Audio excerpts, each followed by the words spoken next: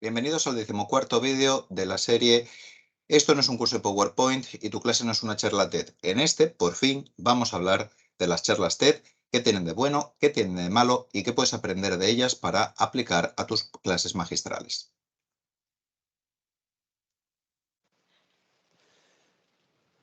Hear that? That's nothing. Which is what I, as a speaker at today's conference, have for you all. I have nothing. Nada. Zip, zilch, zippo. Nothing smart, nothing inspirational, nothing even remotely researched at all. I have absolutely nothing to say whatsoever. And yet, through my manner of speaking, I will make it seem like I do. Like what I am saying is brilliant. And maybe, just maybe, you will feel like you've learned something. Bien, puesto el vídeo continúa y de manera superficial esta charla, que versa sobre la nada más absoluta, no aporta ningún tipo de dato, no aporta ningún tipo de información, no aporta ningún tipo de contenido ni enseñanza. Sigue todos los patrones de una charla TED. De hecho, se impartió en un evento TEDx, que hablaremos después. Lo cual quiere decir que puedes hacer una charla tremendamente entretenida, incluso graciosa, hablando sobre nada. Y vimos, cuando hablamos de la sección de PowerPoint, que podéis hacer una charla sobre contenidos tremendamente valiosos que sea mortalmente aburrida. ¿De acuerdo? Bien, imagino que la mayor parte de la gente que ha asistido al seminario o que estáis viendo este vídeo sabéis lo que es TED, la organización, y lo que son las charlas TED. Entonces esta parte os la podríais saltar, pero si no lo tenéis claro, pues tampoco nos va a llevar demasiado tiempo. El acrónimo TED viene de Tecnología, Entretenimiento y Diseño. Y quiero que quede claro que esas son las áreas de las cuales procedían y siguen procediendo la mayor parte de ponentes en las charlas TED. El eslogan, el moto de TED es Ideas Worth Spreading, es decir, ideas que merece la pena divulgar. Bien, TED como organización es una entidad sin ánimo de lucro que inicialmente organizaba un evento anual. Ahora mismo tienen 2 o 3 de ellos, pero digamos que el evento TED es el núcleo, el core, y esas conferencias van sobre temas muy variopintos y se distribuyen de manera online de forma gratuita. Dicho de otra manera, TED lo que hace es Lecture Capture. ¿Cómo consiguen el dinero si las charlas se distribuyen online de manera gratuita? Pues cobrando por la asistencia a los eventos presenciales, ¿de acuerdo?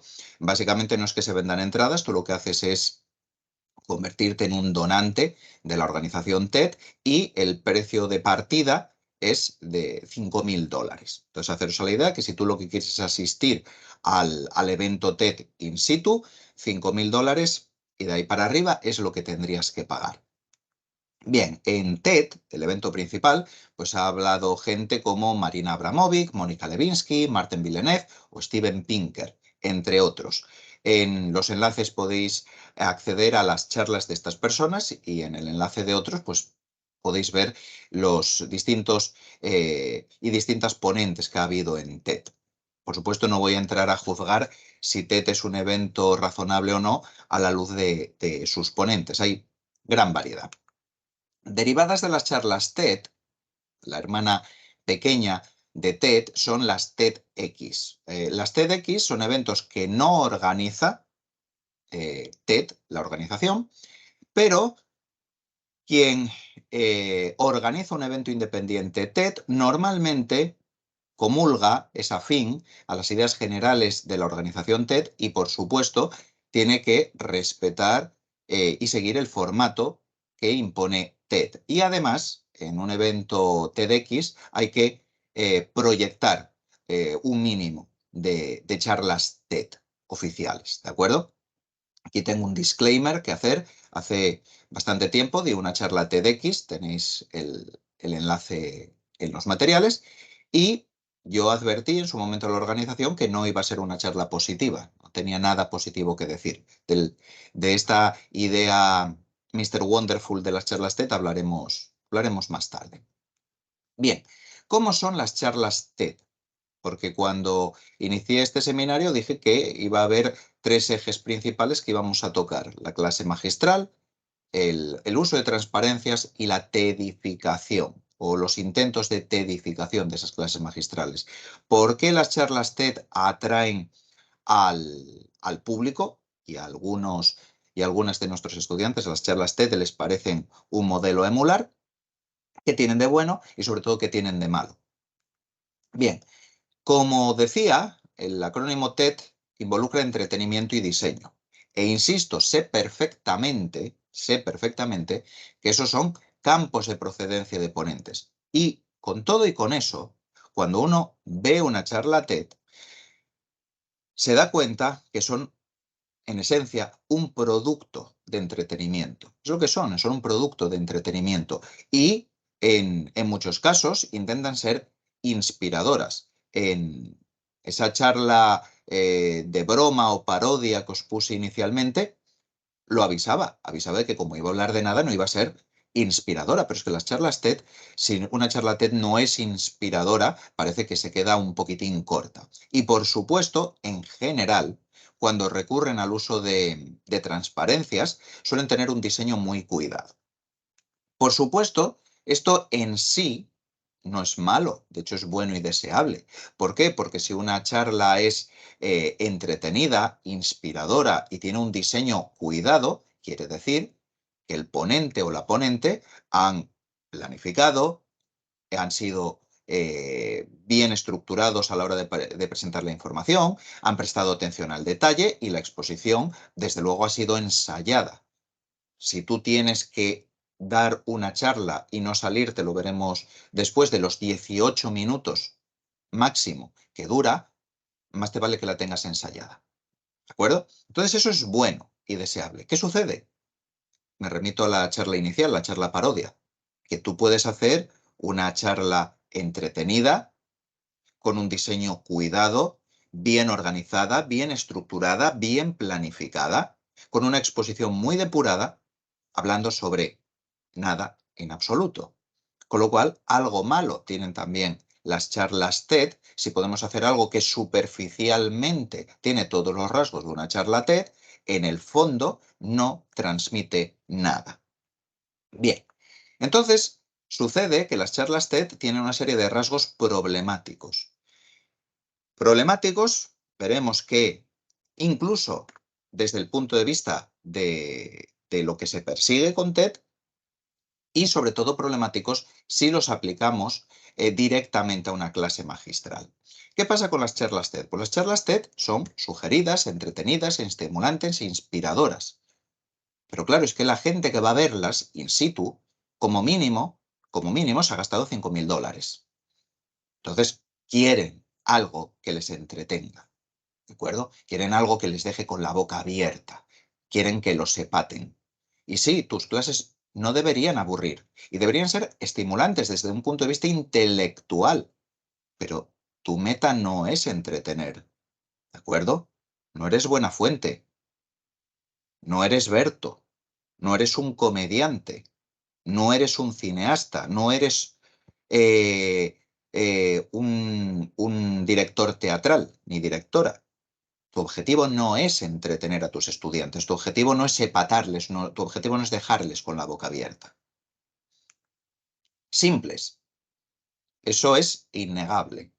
Si habéis visto alguna charla TED, os daréis cuenta, y si no, os animo a que veáis alguna de gente que os parezca razonablemente interesante, y os daréis cuenta que si tú tienes que hacer una charla de 18 minutos, entretenida, inspiradora, pues el mensaje tienes que reducirlo a la mínima expresión. Básicamente son moralejas. Entonces la audiencia quiere salir con la sensación de que aprendió algo, pero ese algo tiene que ser una cosita, ¿vale? El calentamiento global es malo. Las redes sociales acaban con la democracia. Y resulta que en una clase universitaria, sobre todo según vas subiendo cursos, los conocimientos son complejos, están interrelacionados entre sí y lo hacen de una manera no trivial. La mayor parte de las preguntas que nos hacen, muchas veces se tendrían que responder con un depende, es complicado y no es lo que parece. Y claro, eso no es lo que quiere la audiencia que va a una charla TED. Y si te empeñas en edificar tus clases, vas a acabar yendo a mensajes de este estilo. Y eso, lamentablemente, no es una educación universitaria. Novedosas e innovadoras.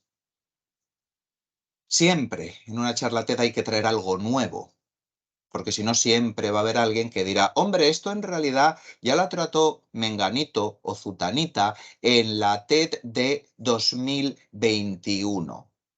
Eso ya es viejo. La cuestión es que sí, habrá asignaturas y habrá ocasiones en que tratéis temas punteros, pero sobre todo en los cursos iniciales lo que estáis haciendo es exponiendo conocimientos básicos de la disciplina, de la profesión, que no son actuales y en muchos casos no son estimulantes. Y aquí voy a poner un ejemplo de la titulación donde yo imparto clase. Como comprenderéis, habrá mucha gente que se matricula en ingeniería informática que más allá de jugar y más allá de a lo mejor haber hecho algo con Scratch en el instituto o en alguna actividad extraescolar, no tiene un bagaje sobre programación y sobre muchísimos conocimientos que son necesarios para acabar siendo un ingeniero o una ingeniera informática. Ni es necesario. Para eso está el primer curso. Pero un porcentaje de ese alumnado cree que según llegue a primero y pase un mes o 2 meses, pues va a estar haciendo videojuegos, va a estar haciendo mundos virtuales, va a estar programando una plataforma de medios sociales. Y claro, no. ¿Por qué? Porque no tienen esos conocimientos básicos. Entonces, lo que sucede es que para un porcentaje no pequeño de nuestro alumnado, los conocimientos básicos que necesitan, como el comer, no son novedosos, punteros ni estimulantes. Y aún así, hay que impartirlos con dignidad, de manera clara, y tenemos que hacer lo posible para que los asimilen. Disruptivas. El ponente TED típico te trae una revolución. Oye, la revolución a lo mejor es hacer botellas reciclables de arcilla, lo que toda la vida fue un botijo, pero eso es disruptivo. Y claro, quienes estáis viendo estos vídeos o quienes habéis asistido al seminario, pues si sois docentes universitarios, también sois personas del mundo académico y sabéis que las revoluciones van a velocidad lenta y que cuando hay algo que parece que puede ser disruptivo, no se lo das al alumnado de primer curso. Empieza en doctorado, de ahí baja a máster y de ahí, después de quizás entre 5 y 10 años, pues acaba contándose en primer curso. Si mencionas algo disruptivo es de pasada como elemento motivador, pero no suele ser el núcleo de una asignatura o el núcleo de una clase. Entonces, si tenéis una parte de alumnado que es fan de las charlas TED, pues como podéis ver, empieza a haber aquí pegas. Si tu clase no lo tiene, que no lo debe tener, pero es que estáis comparando cosas muy diferentes. Solucionistas. Esto es un problema enorme desde mi punto de vista. Todo el mundo te trae soluciones en las charlas TED, ¿vale? Todo el mundo va a salvar el planeta, la sociedad. Todo el mundo te trae una solución. Una solución que además te pueden contar en 18 minutos y que acaba con una moraleja. El planeta se calienta, no pasa nada. Vamos a lanzar polvo en capas altas de la atmósfera para hacerla más opaca y que no penetre la luz solar y así bajamos la temperatura 1 grado. Y claro, Alguien del mundo académico dirá, ¿y eso no tendrá contrapartidas? ¿Eso está bien pensado? ¿Eso qué consecuencias tiene? Claro, pero nosotros somos complicados y complicadas. Las charlas TED son simples, hay una moraleja. El planeta se calienta, no te preocupes que yo te digo cómo enfriarlo, ¿vale? Nuestras asignaturas, en la mayor parte de los casos, no son solucionistas. Son una pieza más en un puzzle que lleva a que esas personas que hoy son estudiantes, el día de mañana serán profesionales, serán miembros de una disciplina y todos esos conocimientos los integran para, sí, aplicarlos y en ocasiones dar soluciones. Pero las soluciones reales son complejas. Soluciones reales no son un plan de Elon Musk, ¿de acuerdo? Y por último, son positivas. No te gastas de $5.000 para arriba para que te amarguen el día. El planeta se calienta. No hay soluciones triviales. Todas las soluciones que se nos ocurren son parches y habría que aplicarlas ya y supone que cambies enormemente tu modo de vida. De hecho, todas aquellas personas que os habéis gastado miles de dólares en venir a oírme y habéis venido en avión, sois unos criminales. La audiencia TED no quiere oír eso. La audiencia TED quiere salir calentita, con un mensaje fácil para comentar en un cóctel. Y la educación universitaria no es así. En el mejor de los casos, los temas son neutros. Pues si estás hablando de mitocondrias, si estás hablando de fallas, si estás hablando de listas doblemente enlazadas, pues ahí no hay cosas ni buenas ni malas. En el mejor de los casos, por ejemplo, mencioné lo de las fallas, sí, hay terremotos y en los terremotos muere gente, pero digamos que a la litosfera le da igual. La litosfera hace cosas litosféricas. No tiene la culpa de que haya unos descendientes de primates viviendo en una zona sísmica y que construyan edificios que se caen cuando la Tierra tiembla. La litosfera no tiene conciencia, la litosfera no es un ente, no es un actor, no tiene agencia. Entonces un terremoto no es ni bueno ni malo, son las consecuencias del terremoto las que son dramáticas para los seres humanos, pero eso va más allá de una clase de geología. Como mucho, lo que podría haber es asignaturas que tratan de cómo podemos hacer para tratar de prevenir eso, cómo podemos hacer para tener un sistema de alerta temprana, cómo podemos hacer para construir de una manera más adecuada, qué podemos hacer, pero los terremotos van a seguir sucediendo. Y en titulaciones más de ciencias sociales o más humanísticas, pues habrá temas que hay que tratar que no son positivos. Y aún así hay que tratarlos. Entonces, todos estos rasgos de las charlas TED, si te empeñas en aplicarlos a tus clases, que sean sugerentes, que sean simples, que traten temas novedosos, que sean disruptivas, que sean solucionistas y que sean positivas, pues perdóname lo que quieres que te diga, no estás dando una clase universitaria, estás engañando a la gente. Esto sí es engañar, no lo que dice el catedrático de la Universidad de Granada. Por otro lado, hay gente que va aún más allá y dice que las charlas TED son perniciosas per se. Con independencia de que intentes aplicar los rasgos y características de las charlas TED a tus clases, son malas per se. Básicamente lo que dice es que las charlas TED son un tipo de opio para un tipo de gente. El tipo de gente que se siente mejor, se siente bien consigo misma, si cree que con ciencia, tecnología e imaginación todo es posible. El tipo de gente que en vez de pensar que quizás hay que fomentar el transporte público y que habría que utilizar más el tren, lo que está pensando es en colonias en Marte. Ese tipo de gente. Entonces, hay quien dice que las charlas TED son malas, per se. En ese sentido, os recomiendo este vídeo y la transcripción del mismo de Benjamin Bratton, que irónicamente es una charla TEDx. La cuestión es que su mensaje es muy sencillo, las charlas TED son malas y aunque una charla TED o TEDx tiene 18 minutos, él se apañó en hacerlo en mucho menos tiempo. ¿Vale? No sé qué tal lo recibiría la audiencia de ese evento. ¿Qué deberíamos hacer entonces? ¿Prescindimos completamente de las charlas TED? No, lo que hay que hacer es quedarnos con lo que tienen de bueno y rechazar lo que tienen de malo. Entonces, ¿Qué tienen todas las charlas TED? Que están cuidadosamente preparadas. Se presta atención al detalle. Hay mucho trabajo detrás. Si hay tanto trabajo para convertir 18 minutos de charla en un evento, pues hazte la idea de que si tus clases son aburridas, monótonas y muy poco atractivas, quizás una de las cosas que te falta es esa preparación. Entonces eso sí lo puedes aplicar. Los contenidos.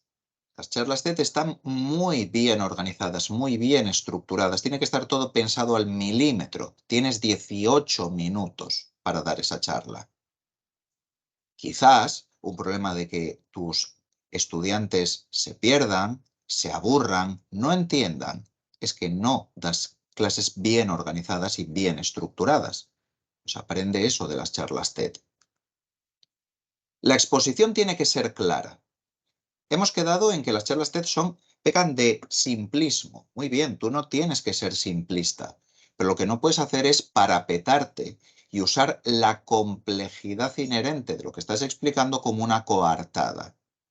En plan, esto es lo que hay, como las lentejas. No, tienes que tratar de ser claro. Tienes que tratar de explicar de manera clara y en porciones manejables lo que les quieres contar a tus estudiantes. Entonces, las charlas TED han optado por los 18 minutos. En la literatura lo que se habla siempre es entre 15 y 20 minutos. Bien, pues ellos han quedado en el medio, en los 18, un ni para ti ni para mí. Bien, pues en ese rango de tiempos es en lo que tienen que moverse tus periodos expositivos. Periodos expositivos bien organizados, claros, sin caer en el simplismo y que se tienen que haber ensayado y pulido. Hablar con pasión. Id a ver el primer vídeo. Es casi seguro que os lo vais a ver entero. Y sabéis positivamente, porque yo os lo estoy diciendo, y os lo dice él mismo, os lo dice el ponente. No voy a hablar de nada. No he investigado nada. No te voy a contar nada relevante. No vas a aprender nada. No te voy a inspirar en nada. Y aún así, me vas a ver, porque te atrae la forma en la que estoy hablando. Bien, pues la idea es que eso también lo puedes hacer tú. Tú también puedes hablar con pasión de tu disciplina. Piénsalo. Piensa por qué estás en esta disciplina, por qué estudiaste lo que estudiaste, por qué has optado por la docencia. Y si ya hace mucho tiempo y la vida te ha tratado regulinchi y no te sientes inspirado o inspirada, busca la inspiración donde la tenías, porque estoy seguro que puedes, si quieres, hablar con pasión de tu asignatura, transmitir esa información y esos conocimientos de una manera apasionada, y esa pasión puede contagiarse a tus estudiantes. No te estoy diciendo que te conviertas en Robin Williams y que se te suban encima de las mesas y clamen, oh capitán, mi capitán, pero puedes darle un poquitín de chispa y habrá ocasiones, habrá momentos en las que la tendrás. Y cuando la tengas, vas a ver que el alumnado responde.